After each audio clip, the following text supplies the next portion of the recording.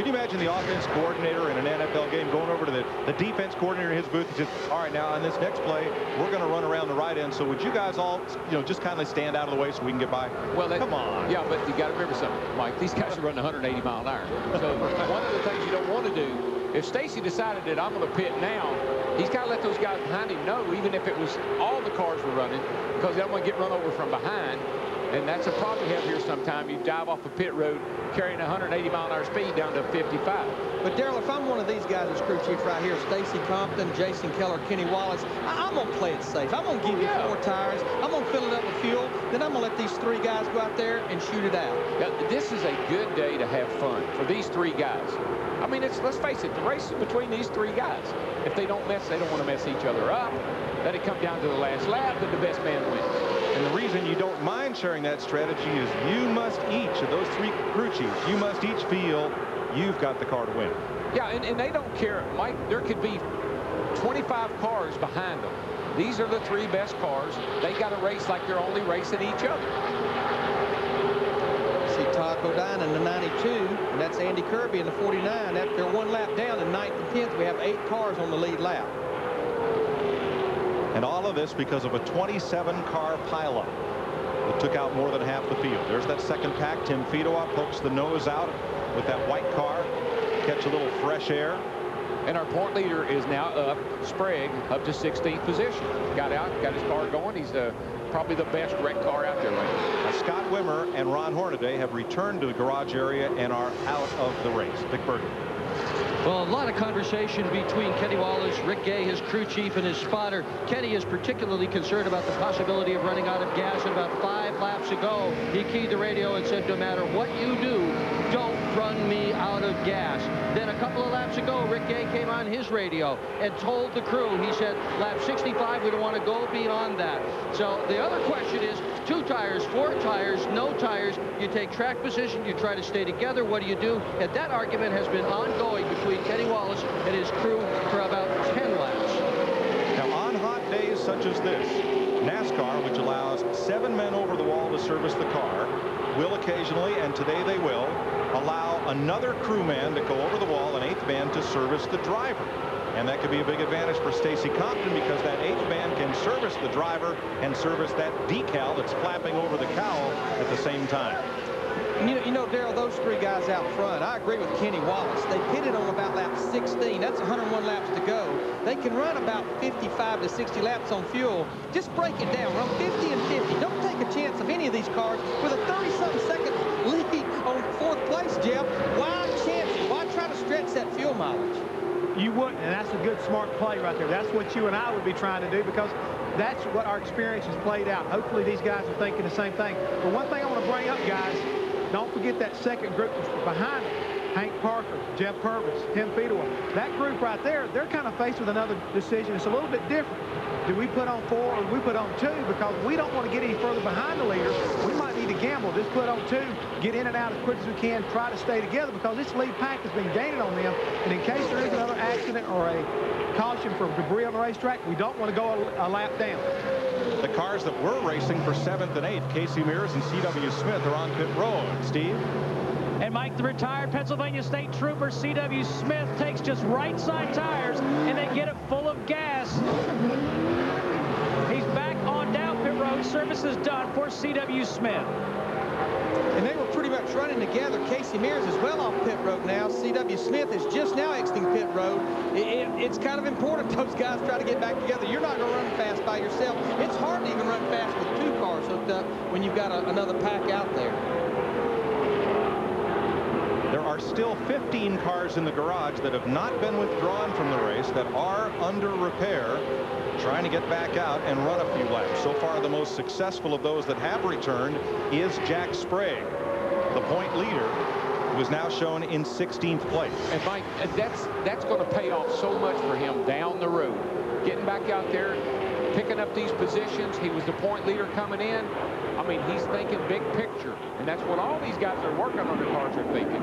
All right, pit stops among the leaders, 2nd and 3rd. They leave Compton out there, and Keller comes to pit road with Kenny Wallace. Now, the man allowed to service the driver cannot pull that decal from Stacy Compton's car. That 8th man is only allowed to service the driver and clean the windshield. But I think that'd be something easy for the jack man to reach across there and pull that off. Dick Burton. Well, Kenny Wallace simply had to pit. They were afraid they were going to run this thing out of gas. They wanted to pit all 3 cars at the same time. 59 Stacy Compton has, well, shall we say, not played well with the other guys. They have very much felt as if it's been a matter of the 57 and 48. Keller and Wallace working together. Kenny Wallace out of the pit area. He's gone. DeMatt.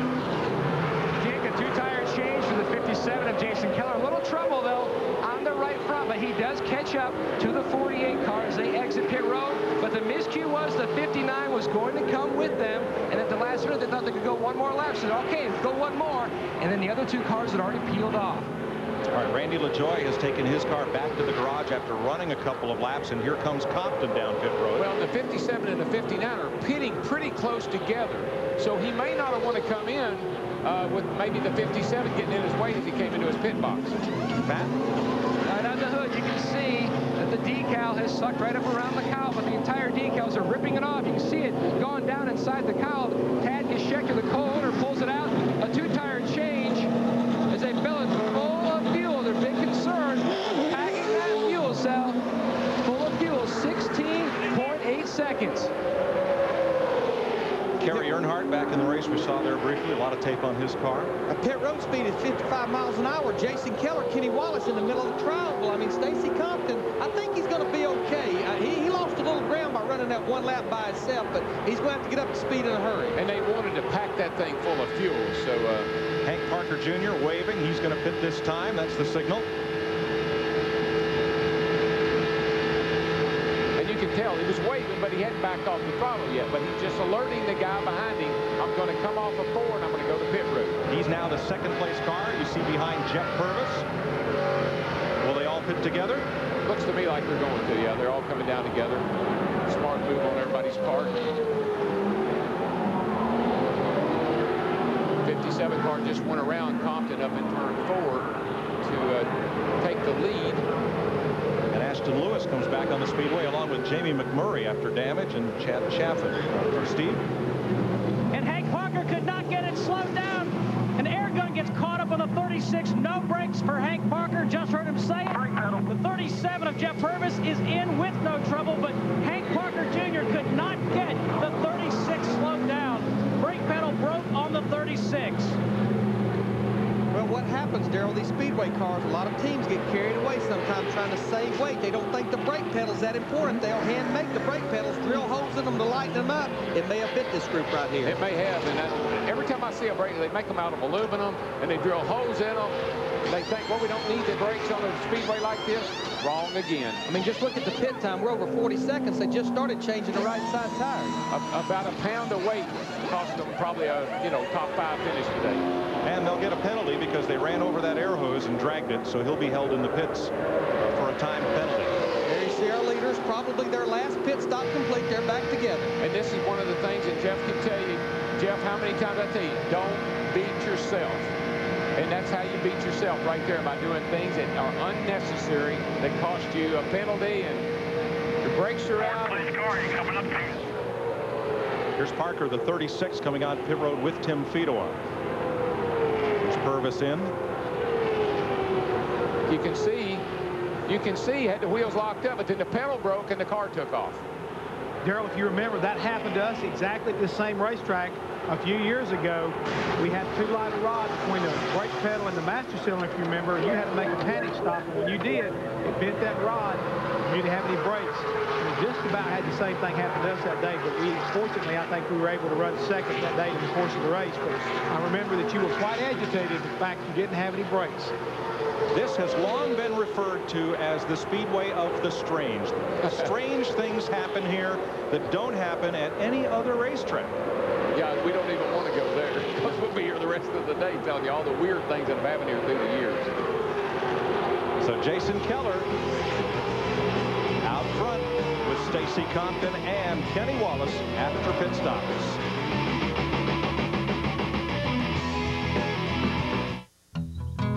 I know a great shortcut up ahead. All I have to do is turn left and I'm home 15 minutes faster, all downhill. Yeah, I know a great shortcut. But I'm not going to take it. New Dr. Scholl's Advantage Powerwalk insoles are the only insoles with a soft gel system and flexible matrix arch specifically designed for the way a walker strides. Like I said, no shortcuts. New Dr. Scholl's Advantage Powerwalk insoles. Look, feel, do better. Before we get at that, I want to let... I've seen the tape, you speaking in it, about the...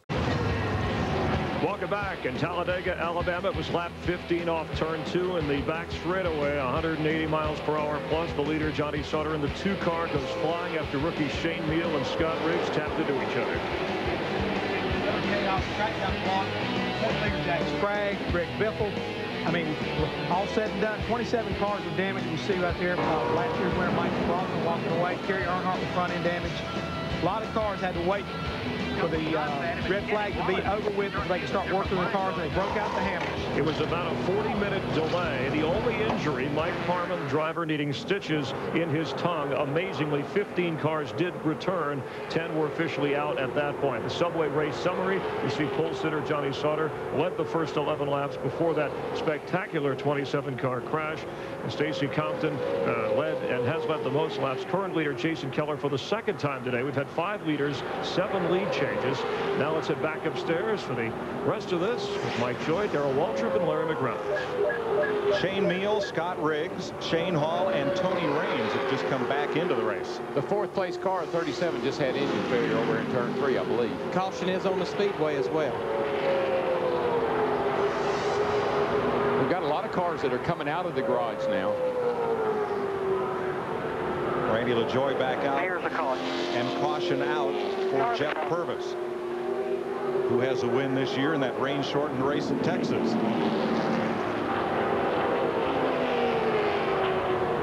Now Riggs' car doesn't look too bad after all the damage it sustained in that crash. Not at all. Tail section missing like that, DW, that'll sometimes help the way the old car run a little bit. That's not a bad thing. Not at all. They put a whole new nose on it.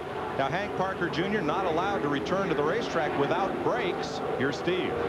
Hey, let's find out what's going on. Hank, you had a plan to run with Jeff Purvis, try to run down the pack, but you're out of the race car. Tell us about the brakes. Well, we were going to come in and pit together, take on 2 tires, and go back out and try to catch up that lead group. They were really fast. And we kind of been struggling a little bit in the draft here this weekend and come in the pits, and I felt something give way, and it was the brake pedal. It broke off and went to the floor. About ran over all my guys. Hopefully, luckily, none of them were hurt, and I didn't hit any of them. Well, Hank, we see the guys inside the cockpit working. Can they replace the brake pedal assembly? Well, that's a tough thing to do. There's just so many things that you have to replace, but they're going to try as hard as they can, and we're going to get back out there if we can do it. All right, good luck. Thanks, Hank. Thank you. Cars still under repair in the garage include Greg Biffle, Jay Sauter, Tim Sauter, Jimmy Spencer. Jimmy's gone. Mike McLaughlin. No, those cars have not yet been withdrawn. I just don't think some of those cars will be. I just don't think some of those cars are going to be repaired, Mike. I don't believe you could repair them if you took them back to the shop and worked on them, because they were torn up big time. They've just not officially been withdrawn. Yeah. You know, we showed cars that was up in the points. There's Purvis out of his car. Looks like his day is done. But we talked about points leaders that were out of the race. We looked at that 21 car. I think that car is actually possibly still leading the owner points. Now here's Shane Meal. Chewed up a left front after he came back on the track and dropped some debris perhaps out on the track. We did see or hear that the caution was for debris, so it very well may have came from that left front tire. Here's Kenny Wallace in front of Dick Berggren.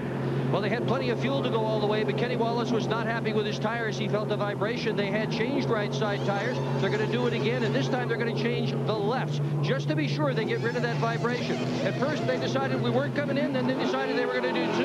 Then they decided to take 4 when they counted up how few cars were on the lead lap. Wallace thinks he can win this race. I don't think that's a bad move, Larry. I mean, if you're Kenny Wallace, you're not quite as strong as the 59 and the 57. Give me 4 tires. They only got 2. Maybe I can outmaneuver them at the end of the day. Well, yeah, we only have 4 cars on the lead lap. That's exactly right. Tires don't make you run faster here. In fact, we've seen where older tires, not looking for the grip, will make you actually run a little bit quicker. But if you need to start turning that thing to the bottom to try to get by somebody with a few laps to go, 4 tires may pay off. Mr. Feelgoods. Right. Tim Sauter's back on track after repair. Today reminds me of a race here when Neil Bonnet fell out of the race while leading, and I said, Neil, who's got a good shot? He says, Pace car to win this thing. action is out for a combination of Jeff Purvis's engine problem and the cut down left front tire on Shane Meal. Steve Burns is with Purvis. Thanks, Mike. We were just talking. Jeff Purvis, you said you've been racing a long time and never seen a race like this. What happened to you? Well, I got in that accident a little bit, but it really, I think I had a little bit of nose damage, but I don't know what happened. The motor didn't run after we started back very good, and finally it just blew up. But I've raced for a long time, and I've never seen. I went through there, and cars were going over me, and it's been a long time since I've seen a wreck like that, and it was a sight. When we came back around, I mean, the racetrack is completely cluttered. Believe it or not, you're still listed in 9th place. I don't think I got a chance to win it, though. I don't think you do either. I don't know. The way the first lap went, they got a restart, so, you know, I might get a motor back in there and get going. But I hate it for this Timberwolf team. I mean, you know, we won Texas, and we had we were given a good finish right here. All we had to do is finish, and it's just bad that, you know, we've had a little bit of motor trouble, and it really didn't need to happen right here. All right, Jeff, thanks for your patience. Let's go to Dick Berggren. 38-year-old Kenny Wallace right now has got a terrific chance not only win this race, but also potentially to win his first ever championship. He started racing at the relatively old age of 22 in the ASA. His brother Rusty decided to pay him back because Kenny had helped Rusty in his career, worked on his race cars. Rusty got him in the Busch Series with his first race in 1989. Here's the big story. Kenny Wallace has never won a championship for all the racing he has done. He's led the points in this series in 1991, 92, 93, and he began this year by telling me at Daytona that this was his year to win a championship. The strategy, calculated aggression, run hard, run clean. Listen to this. One driver in this series has finished every single lap all year long since Daytona. Kenny Wallace. It's well over 1,000 laps. That's how you win a championship. Thanks, Dick. 1991, Bobby Labonte just narrowly edged Kenny Wallace for the Busch title. And Kenny Wallace back in the Winston Cup event tomorrow, driving for Michael Waltrip, starts 27th in there at Chevrolet. I also talked to the owner of this 48 car and Shane Mills 47 car, George Devidar, and the team manager, Jared Kennan. They are geared up to run at least 4 Winston Cup races this year with Kenny Wallace, starting with Daytona in July, Chicago, Indianapolis, and Watkins Glen. So they're fixing to dabble over and run some Winston Cup events with Kenny. One of several Busch Series teams taking a hard look at moving to the Winston Cup Series. Finishing up cleanup from this caution, we'll go racing when we come back to Talladega on Fox. Welcome back to Talladega Superspeedway. You can win a trip to a NASCAR race by calling collect with 1-800-CALL-ATT. Jason Keller, our leader at 79 laps. Green flag for the restart. We interviewed Jeff Purvis. He said he's not going to win the race, but here with about 37 laps to go, I think the worst he can finish is about 17th. So that's sitting in the garage for a third of the race at the end. So many cars, so many laps down. A 1054 car. Listening to Kenny Wallace's radio. Go by him. There you can. Let's talk about the 54 car of Kevin Grubb, who's actually 11 laps down. Spotter telling him to go by him as soon as he can and get back up there with those lead 2.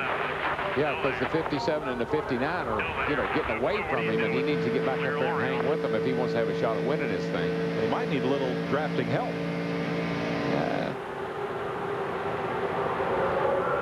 More cars continue to come back out onto the racetrack after that wreck. But let's go back and check with Steve Burns. Mike, we've caught up with C.W. Smith. C.W., you're going to have a good finish. What put you in the garage? Well, I saw a black car in front of me coming through 4. He was smoking. Then I saw the right front let loose. Ran over the tire when it cut off the rim, put a hole in the radiator. Our guys are trying to fix it right now, but I doubt very much whether we got time to do it. Panasonic car was just super. First time we've been at Talladega with this Panasonic sponsorship, and we wanted to make them proud. Thanks. Tough luck. Thank you. Another strange thing. Driving along, running in 8th place, minding my own business. Whoops.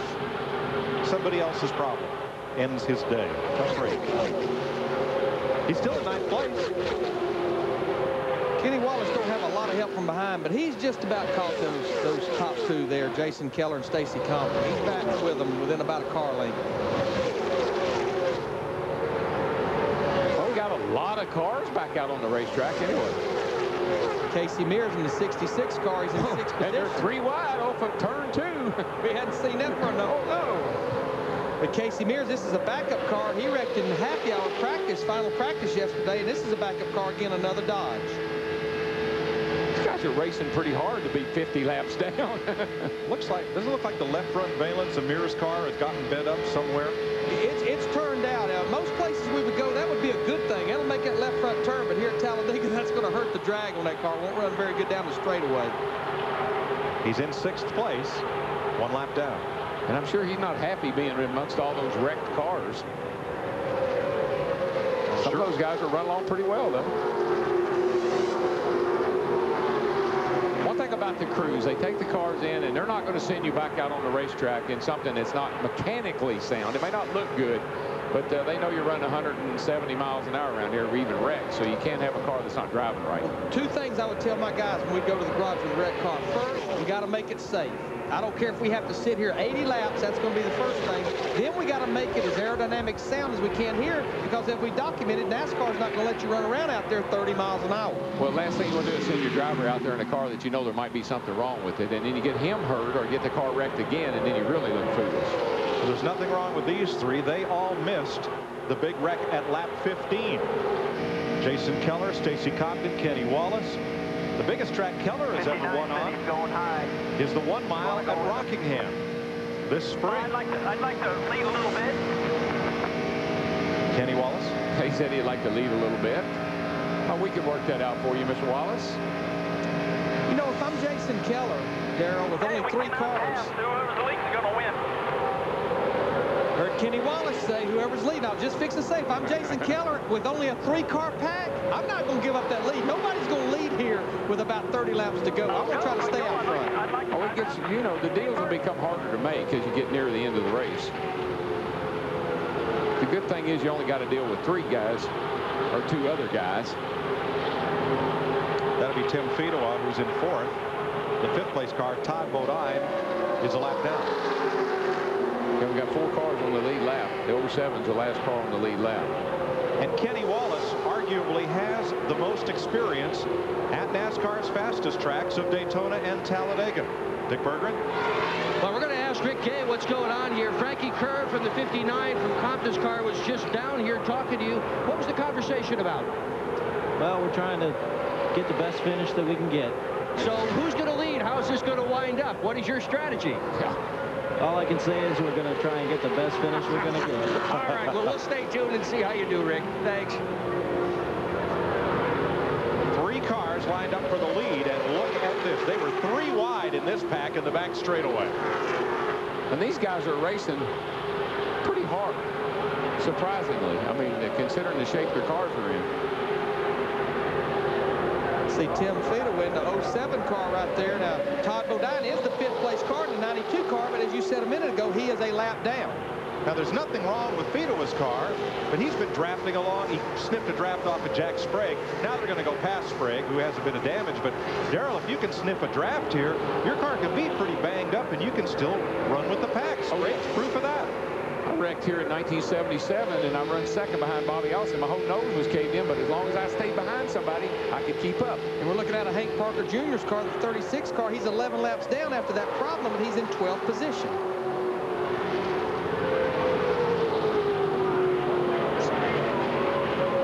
Laps complete, 31 to go. Here at the world's fastest speedway, Talladega, Alabama, in the Aaron's 312. Jason Keller, Stacy Compton, Kenny Wallace, Tim Fedewa setting up for a shootout. Talladega Super Speedway. Don't forget, right after tomorrow's Winston Cup race on Fox, extended post-race coverage on the Speed Channel. For more interviews and race analysis, if you're not getting the Speed Channel, call 1-888-22-SPEED. Extended post-race coverage. Now I'm going to tell you something between these 3 guys up here racing each other. You know, it's not easy to win a race at Talladega. You never know where, you're not sure where you want to be. Do I want to be leading? Do I want to be second? As Kenny Wallace says, he's sitting in a catbird seat. So even though we've got, we got 30 laps to go, these cats are starting to size each other up a little bit here and see where I might be able to make that pass. And you can see right there, Keller's going to block Stacy to keep him from getting back in front of him because he thinks in the front's the best place to be. Matt Yoakum. Well, Mike, D.W. was talking earlier about how he ran better tucked up underneath Bobby Allison with that damaged front end, but the opposite is the case for Stacy Compton. His car actually runs better out front. The car runs too warm. The water was up to 240 before that last caution, and there was a caution on the raceway. There have been reports of a bit of debris out on the racetrack. Dick Berggren?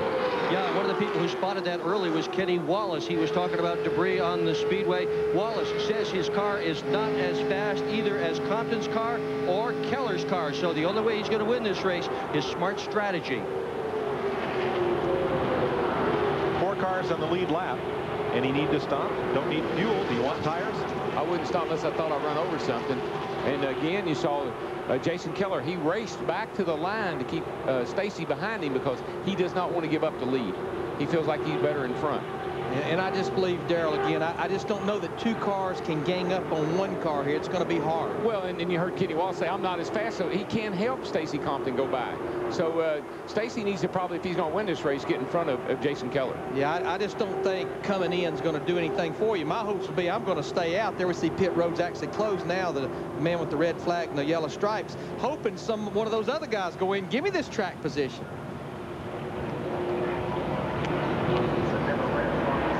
Jeff Hammond. Larry, let me ask you one question, everybody. I'm Kenny Wallace. Do I check my gauges and I say, hey, guys, let's put some more tape on the front of this grill, try to make it a little more faster. Maybe then I can keep up or make this pass. Since there's only 4 guys in the lead lap, I'm only really going to give up 1 spot. Well, I don't know, Jeff. It looks to me, I mean, the Pontiac's got such a small opening already, and he doesn't have anything down here open. It'd be hard to tape that bad boy up much. Now, there's no question. You know, what do you want to do? Take a look at all these. You got to start weighing your options out. This is a little bit of an unusual race because you only got 4 guys in the lead lap at a place like Talladega. Now, to me, the only guy that would maybe make sense to come in would be Tim Feetaway if he could stick some tape on his grill. But also, if I'm coming to pit road, I'm going to fill that thing up with fuel. Why? The weight in the rear will get the rear of the car down some, get that rear spoiler out of there. So if I come to pit road for anything, one thing I'm not going to do not for fuel mileage, but to get the quarter panels down, is fill that thing up with fuel. Yeah, and then again, you don't want to beat yourself. Why do you want to come down pit road, tape up the grill, and the motor gets hot? Right. So, I don't know. And Feeder with the 07, 4th place car, only car on the lead lap. He's on pit road. Nothing to lose there. Everybody relax. Everybody relax. We're trying to, bud. Good advice. Yeah, we're trying to. If you can see maybe a nut came off, look left, look left. Turn, you're just racing. They're checking something. A drink of water, drink of water. Well, you can see the tire's been rubbing. See right here where the tire's been rubbing on the quarter panel? That's been like that quite a while, Darrell. Face the front, look underneath the left front. Nice thing is, for them, is it's a long pace lap here. They've got a lot of time to work on it. Probably see it right there on the lower by the ball joint. Backside. Yeah, they're hunting a problem. There, guys. Come on. Get him go. Go on, Timmy. And if you get a caution at the very end, you may not be able to Wheelan and Deelan. Teammates. We're going to help you win the race if we can, old partner. We'll see when we come back. 93 of 117 laps complete at Talladega. 312 on Fox is brought to you by Aaron's Sales and Lease Ownership. Let Aaron's drive your dreams home today. By Subway. Fresh-made sandwiches on fresh baked bread. Subway. Eat fresh. By Smooth Busch Beer and easy drinking Busch Light. Busch, the proud sponsor of the NASCAR Busch Series. And by Old Spice, the deodorant of NASCAR.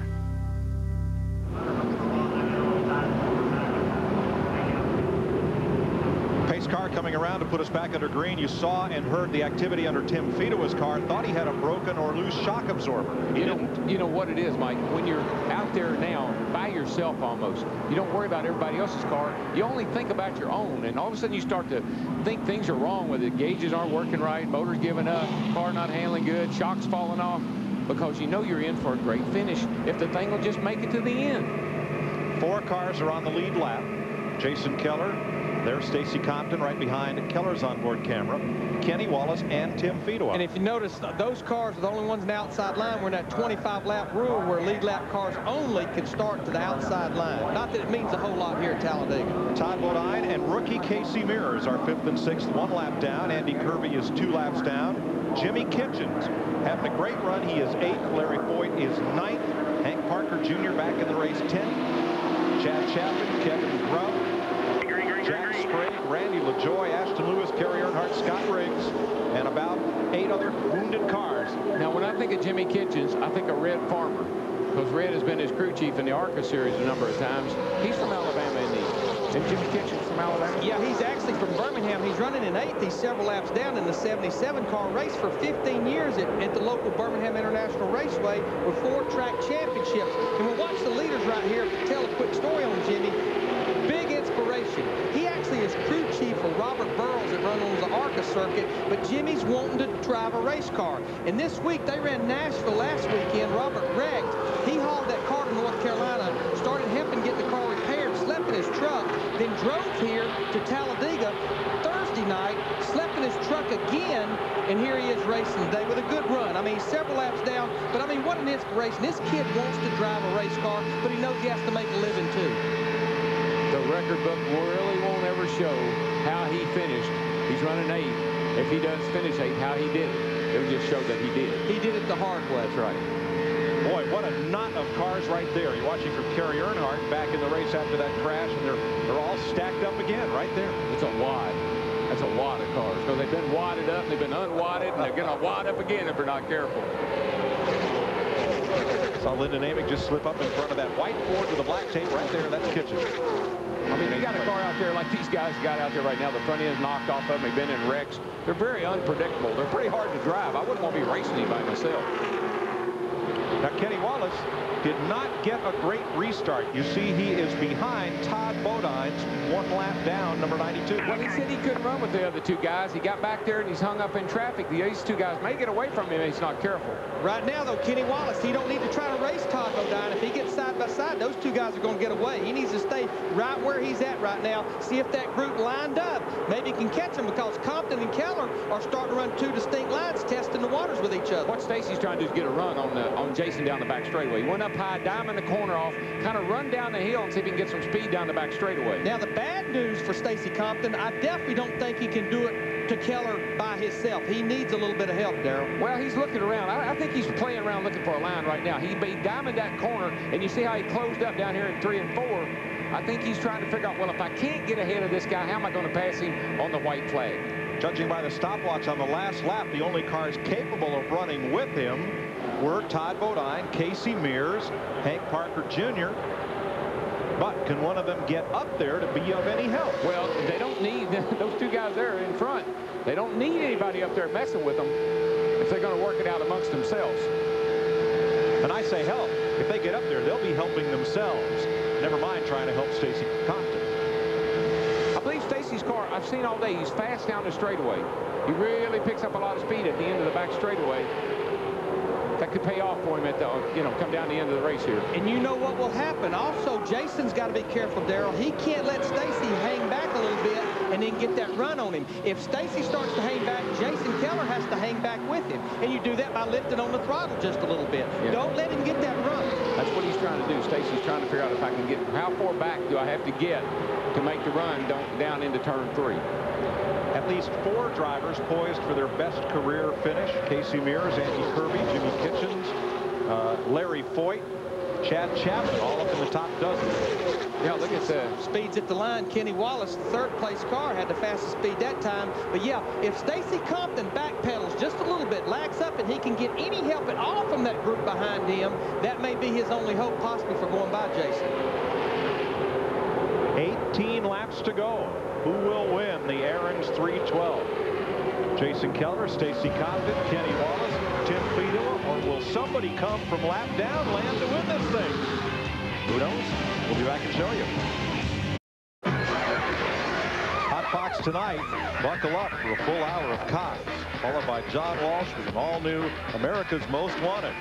Don't miss this turbocharged action as it all kicks in with a new episode of Cops tonight at 8, 7 Central, right here on Fox. I love what Stacy Compton's doing there, Larry. He's trying to figure out how far back do I need to be coming off of turn 2 to get that run down into turn 3. He hasn't timed it right yet. Here goes Kenny Wallace to get up there behind him. He's a lead lap car.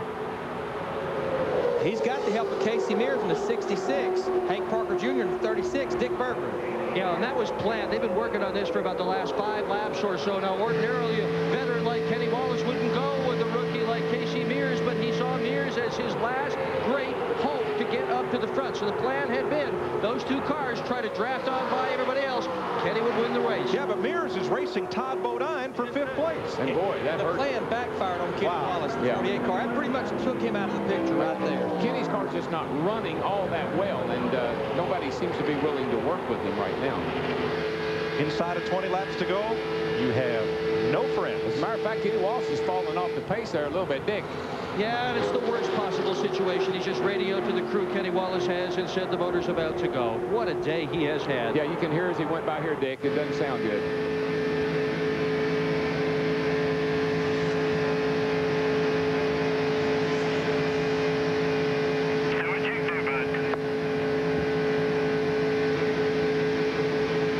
Wallace going to try to ride it out.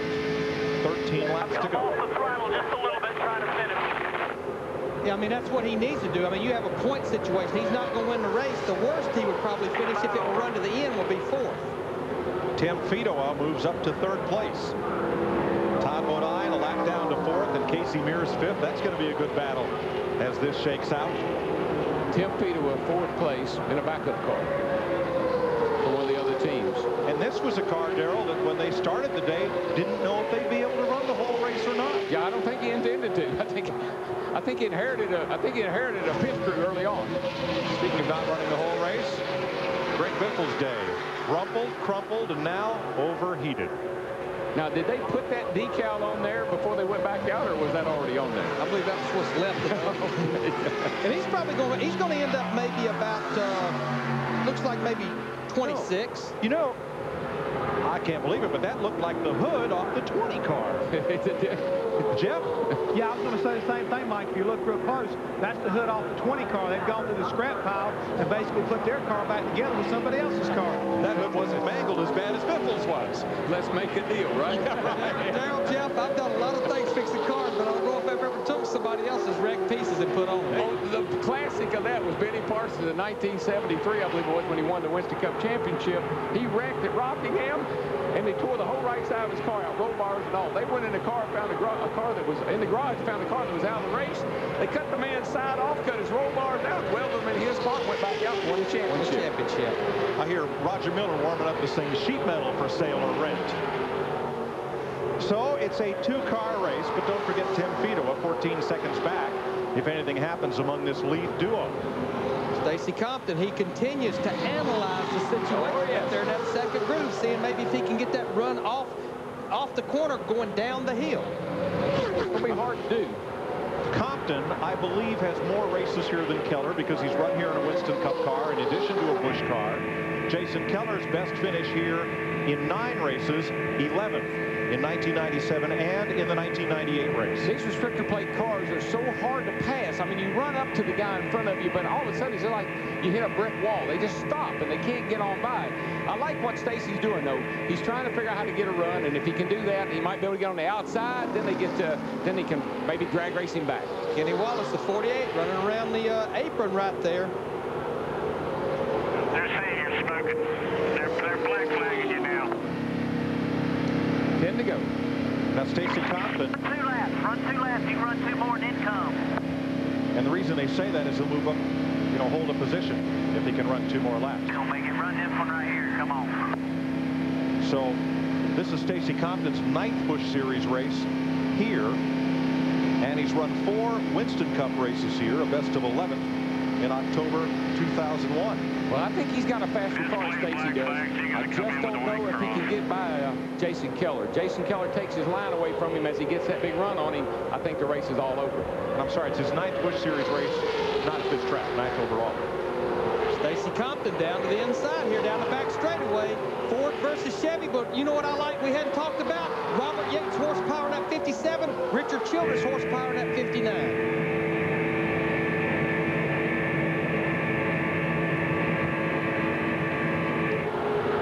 This is when you pull your hair out as a driver. Man, I'm faster than he is. I can get to him, but dadgummit, I can't get by him. Looking. And every time he does that right there, when he gets a run, if he just kind of closes, oh, that lap car is going to help him. He got a pull from Randy LaJoie as he moved past LaJoie.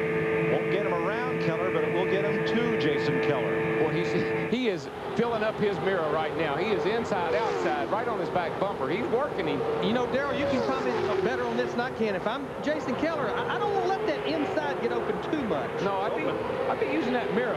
I can tell you that, and he's doing a pretty good job of it. The spotter and him and his mirror, that's his three best friends right now. 8 laps to go, 7 when they come back. Steve Burns. Mike with Steve Addington. Steve, can you hold off that car right behind you? I don't know. I mean, it's been kind of boring all day long. But not now. Not now. It's getting good. I don't know. The 59's been strong. He was strong in happy hour. We ran good with him in happy hour. And we pushed him to the front when all the other cars were out there. I don't know if he can do it by himself. But I'll tell you what, I'm proud of all these guys. They put together a good race car. And all the guys back in the shop worked really hard on this car. And I appreciate everybody's hard work, no matter what the outcome is. Good luck. Thank you. Kenny Wallace has gone to the garage. End of day. Now, one thing that Stacey and Jason don't want to do is wreck each other. No. So, you know, they got to kind of, if Stacey can ever get a run on him and get position, I don't believe that Keller would fight him off. I believe he'd realize he needs to let him go. But that's about as close as you can get right there. These restrictor plate cars get right up along. Uh-oh, here he goes, looking inside. But Darrell, he's got to push that air if he gets up alongside there. And can you do it? That gap right there is so hard to close by yourself. If you had somebody behind him pushing him, you could go right on up there, but not by yourself. Only 3 cars on the lead lap. That'll be a new record for sure. There were 6 laps to go as Stacey Compton all the way to the high side of the racetrack right now and trying to get that run off turn 2. Hey, Jason Keller said, where'd he go? Where'd he go? Where is he? I don't see him. And he's all the way up against the outside wall. Darrell, you want to try to make that leader nervous? Oh, yeah. He's working him right now. He's going everywhere. He doesn't want him to know where he is. You want him to aggravate him. That's right. All right, Kenny Wallace in the garage. Dick Berggren. Well, Kenny Wallace almost won this race, but the big question is, however did you get through the big one? Well, what happened there was, you know, we qualified 21st, and we're running third on about lap 12. 10 cars started to make a run on me on the outside, and I was coming up the racetrack, and from what I hear, I guess him and Shane, I don't know, I hear the 10 car got loose behind me. So it was kind of hard to know what happened behind me. The only way I made it through it is I was in front of it. So, you know, the deal was the Stacker 2 Pontiac was quick enough to qualify 21st, being third and missed the wreck. But we blowed up, so that's not good. How big a disappointment, Kenny? Oh, it's really disappointing when you capitalize on, you know, easy third place. Sit out there and run around, but I'm disappointed, but what the hell can I do? Yeah. Well, you should finish 10th, so that'll help you in the points, and I know you're looking for the championship. We wish you well. Thank you. He'll finish 10th because he's 5 laps down with 5 to go, and right now the 10th place car is 11 laps down. Now our leaders, they're coming up on some lap traffic, even though that lap traffic is about 4 or 5 seconds slower. Jason Keller, he'll try to sniff any draft, any air off those cars that he can. But what Stacey's got to do is whichever way Keller goes is be in a position to jump to the other lane if he has to. Using the high line in front of you. If you ever get that fender to either quarter panel, then it's a drag race. There you see Stacey trying to get that little bit of sniff of draft off the 77 car. Jimmy Kitchens get that run off the hill coming off turn 2. Oh, he felt way. He's just falling back a little bit too far. He's going up there a little too high. He goes into one right on him. He's got a great plan, but hadn't timed it right yet. It's going to be 3 laps to go when they come back to the line. And remember, unlike Daytona, the finish line at Talladega is not in the middle of the tri-oval. It's past the pit road exit on the way to turn 1. And I know that when they put this line down here, I'm sure they thought that was funny. But when you're out there racing and trying to win a race, It ain't funny that it's way down here. Actually, Darrell, it wasn't funny. It's because all those seats in the tri-oval were real good seats because you can see pit road, and Bill France knew you'd sell those seats. But to sell these seats down toward turn 1, they put the finish line down here so those folks would have something interesting in front of them. There's been many races lost from where a start-finish line normally is to right down here where this one is. And they're catching the 26 car, Lyndon Amick, right here, just trying to sniff that draft. You see Lyndon Amick waving which way he wants them to go. They're going to the inside of him right here as they go off into turn 3. Actually, that helped Keller because they caught him going down the back straightaway. Keller was able to suck up to the back of the 26s, and then he moved up out of the way as it went in the corner. Tim Fedowa is 30 seconds off the lead. Remember, this is a backup car. They entered the race intending to pick up some show money. It's a backup car to Mike Wallace. Now they are in third. If anything happens to the 2 leaders, it is Fedowa alone on the lead lap. Boy, Stacy's there this time, guys. He's looking at the inside, but he just can't quite get there. Jason Keller was 4th at Daytona this February, his best ever finish on NASCAR's 2 biggest tracks. Can he win it? Stacy puts an awfully big gap between him and Jason as they come off turn 2, and I think that's okay if you've got somebody behind you pushing you. Without anybody behind you, I'm just not sure that's good. But he's trying. You got to give him credit. He's trying every angle he can try. Yeah, I think Keller knew way back on that last restart that he did not want to let that 59 car get up in front of him, and this is the reason why. He knew he could hold him off. They'll be coming to the white flag here. There's about 3 lap cars, about 300 yards in front of him. They'll be trying to stiff that little bit of draft. White flag. Here comes Stacy. He's got to look down on the inside. He does this every time. He catches him going into 1, but he just can't get there. Now, every other time he's gone real high through here to try to get a run. This time he's going to tuck in behind him and see if he can drag race him down the back. That's one right there, baby. You're the man. Now also nose to tail the 4th place race, Todd Bodine and Casey Mears. But this is for the win. And here they go. And Stacy's going to try to close as they get down here to turn 3. I don't think he's got the steam to do it, though, Larry. No, I don't believe he does either. Again, there's about 3 cars up in front of these guys. Jason getting a little bit of sniff from those bunch. Stacy drifts up just a little bit. If it don't happen there, I don't think it's going to happen. 45,000 to win, 2/3 of that for second. Here they come. Bring it down there. Bring it down there. Takes that inside away. That's pretty much the race right there. Bring it back down. Bring it back down.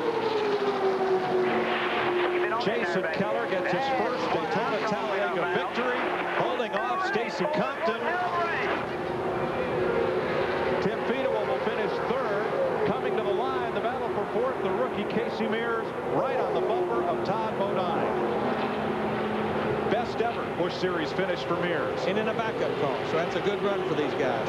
Best ever finish for Larry Foyt, who is 8th. Jimmy Kitchen 7th, Andy Kirby 6th. And Kenny Wallace held on to 9th. From the garage. From the garage as he watched. Compton Williams. Jack Sprague jumped up to 13th. You guys, that's pretty good run for him.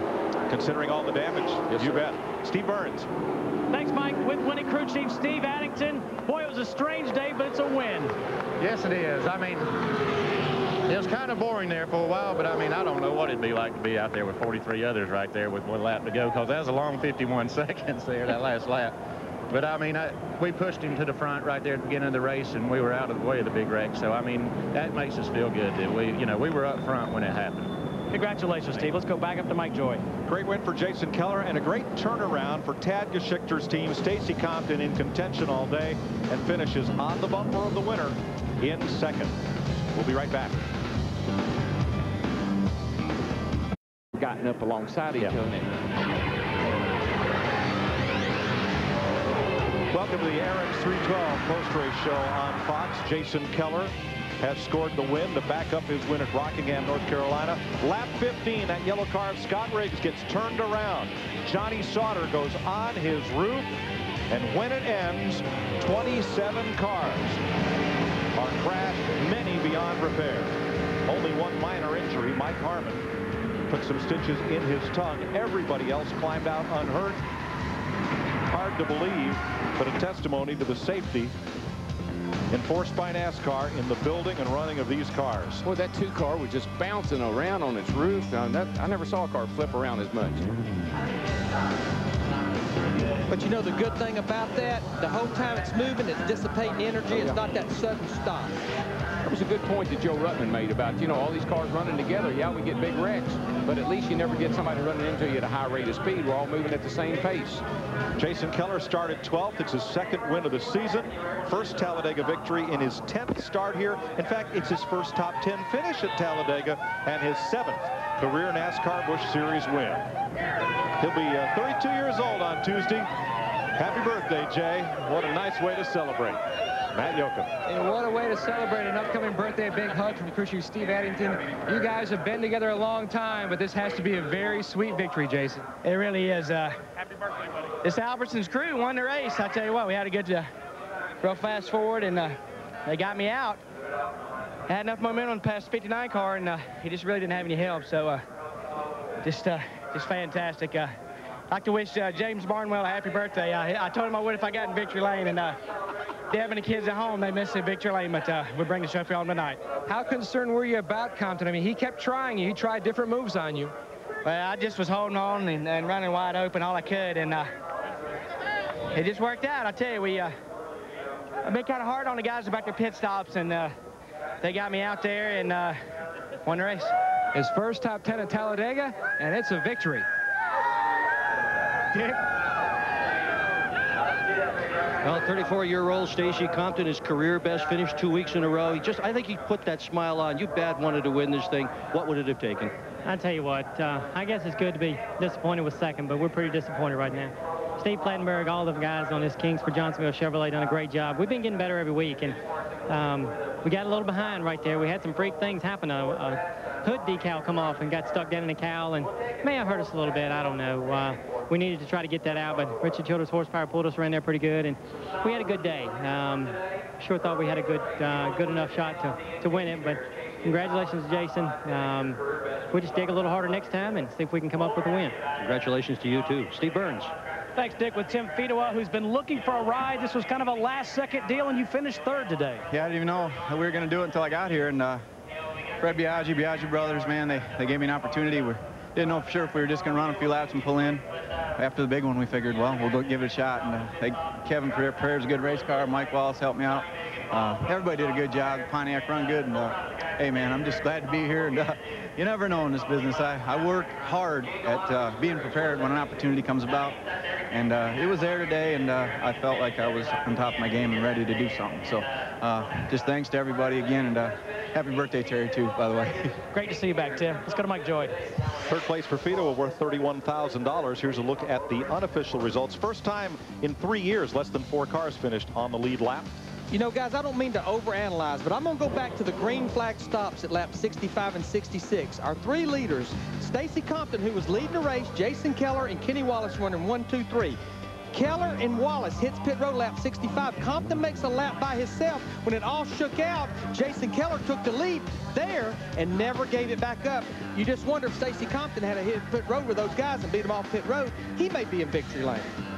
Darrell, easy to catch him here, hard to pass him. Well, that's the thing with the restrictor plates, particularly this aero package. If it had been last year with the strips on the roof and everything, you know, we might have saw a lot of side-by-side racing there at the end, but you just get up so close and you can't get by. Tomorrow will be a little different story, though.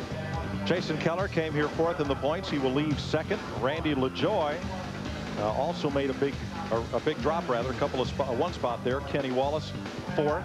He gains 1, and Scott Riggs drops from a tie for 3rd into 5th place in the points. 22 cars failed to finish. That is shy of the record. A nice tribute to the mechanics. Out of the 27 that wrecked, a lot of those cars got back in the race. And there's a look back through the top 20. Well, Winston Cup racing here at Talladega tomorrow. Chris Myers. All right, thanks, guys. Jason Keller, his first Talladega Busch Series win in 10 tries, and, of course, surviving the big one. And, Jeff, is this an indication of what we might see in Sunday's race?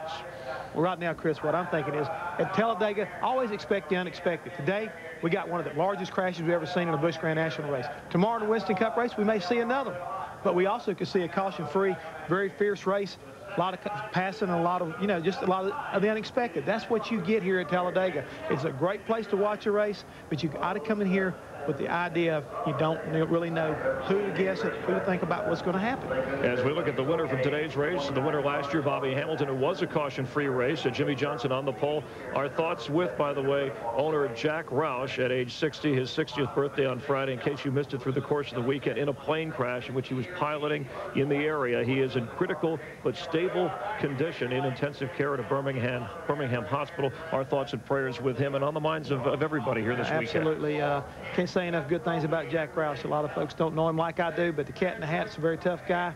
Believe me, he'll come back, and he'll come back stronger than ever. We're rooting for his recovery. All right, NASCAR racing across the Fox networks continuing tomorrow with NASCAR this morning, presented by Smirnoff Ice on Fox Sports Net, followed by the Aaron's $4.99 on Fox, presented by Pepsi. Then get the full wrap-up of all today's activity. Michael Waltrip's weekend with NASCAR Victory Lane, all access. That's on Fox Sports Net, the Fox networks, as always, your home for NASCAR.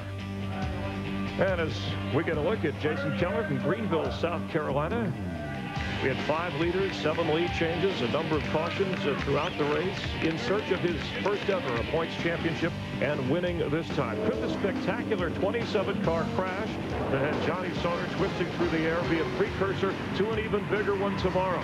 We'll find out Sunday on Fox, 1:30 Eastern, 12:30 Central. Thanks for watching NASCAR on Fox. We'll see you on Sunday. Take care.